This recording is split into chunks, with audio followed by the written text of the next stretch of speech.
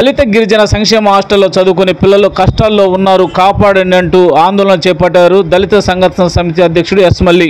YCP ప్రభుత్వం వచ్చిన తర్వాత ఎస్సీ ఎస్టీ గిరిజన హాస్టళ్లు శిథిలావస్థకు చేరినాయని అన్నారు మల్లి. స్పందన కార్యక్రమంలో జిల్లా కలెక్టర్ను కలిసి వినతి పత్రం అందించారు ఎస్ మల్లి. సార్, నా పేరు ఎస్ మల్లి. నేను దళిత సంఘర్షణ సమితి జిల్లా అధ్యక్షుని సార్. నేను ఈ రోజు కలెక్టర్ గారికి ఒక సంక్షేమ హాస్టల్స్ గురించి కూడా వినతి పత్రం ఇచ్చాము. అయ్యా, సంక్షేమ హాస్టల్స్ దాదాపు 80-75 హాస్టల్ దాకా ఉన్నాయి.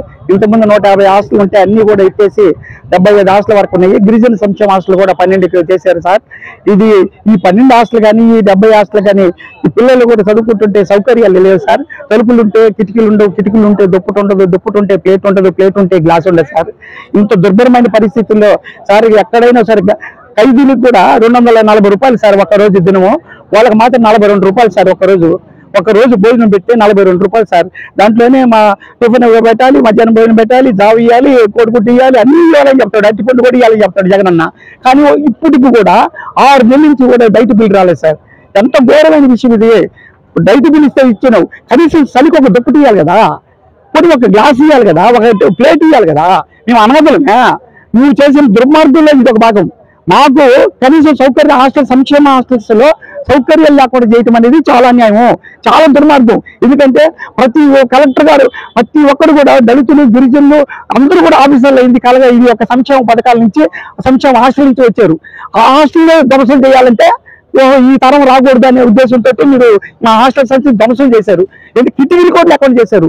ఆగరకి దోవలు కుట్టేదానికి మెసలు కూడా లేకుండా చేశారు. దుప్పటి కూడా చేసావయ్యా. నీ అంత దుర్మార్గ విషయము, నీ అంత పైశాచికత్వం ఎవరికి ఏ నాయకుడికి లేదు. మాకు ఇన్ని సంవత్సరాలు 75 సంవత్సరాలు పరిపాలించిన పాలకులు ఎవరు కూడా మాకు అన్యాయం చేయలేదు. నువ్వు ఇంత దుర్భరమైన దళితులు బిడ్డలు, చిన్న బిడ్డలు, ఆడబిడ్డలు స్నానం చేయాలంటే బహిరంగంగా చేయాల్సి వస్తుంది, తలుపు అడ్డం పెట్టుకొని చేయాల్సి వస్తుంది. తలుపులకు కూడా కనీసం 2 గొల్లులు కట్టి లేకపోతున్నాయ్యా. స్కూల్ కానీ కాలేజీలు కానీ హాస్టల్ కానీ అన్ని వసతులు ఏర్పాటు చేశామని అటు మంత్రులు కానీ ఎమ్మెల్యేలు కానీ పదే చెప్తున్నారు.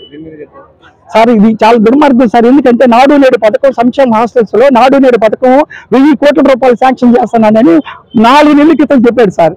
4 రూపాయలు కూడా ఇవ్వలేదు ఇప్పటి వరకు కూడా. ఈకపోగా కనీసం ఆ డైట్ బిల్లు కూడా ఇవ్వలేదు కనీసం సార్. ఇప్పుడు ఆడపిల్లలు సౌరు డబ్బులు ఇస్తారు సార్. 150 రూపాయలు సౌరు డబ్బులు ఇస్తారు. మగపిల్లకారికి 100 రూపాయలు ఇస్తారు. అవి తల్లి అకౌంట్ వేసి తల్లి అకౌంట్ లో డబ్బులు లేక ఆ బ్యాంక్ కూడా జమ చేసుకుంటున్నాడు. ఇదంతా నేను సార్ ఆ బిడ్డలకి డబ్బులు లేకుండా తల్లి అకౌంట్ వేయటం వల్ల వాళ్ళు సఫిషియంట్ అమౌంట్ అకౌంట్ మెయింటెనెన్స్ చేయరు కదా, వాళ్ళు బ్యాంక్ కూడా జమ చేసేసుకుంటున్నారు. వాళ్ళకి 150 రూపాయలు లేదు, సౌరు లేదు, సబ్బు లేదు. అనాథలు చేశారు సార్ మమ్మల్ని, అనాథలు చేశారు. అది కలెక్టర్ గారికి ఏమి ఇచ్చారు సార్. సంక్షేమ హాస్టల్స్ లో ఇంత దుర్భరమైన పరిస్థితులు ఉన్నాయి కాబట్టి తమరన్నా పట్టించుకోండి సార్. నాడు నేడు పథకం పెట్టాడు, ఆ పథకం లేదు, ఈ పథకం లేదు, ఆఖరికి తిండి బిల్లు కూడా ఇల్లులేదు సార్. కాబట్టి మీరైనా పట్టించుకుంటే ప్రభుత్వం నుంచి వస్తే పట్టించుకుంటారంటున్నారు, ప్రభుత్వం నుంచి రాకపోతే నేనేం చేయమంటా అన్నారు.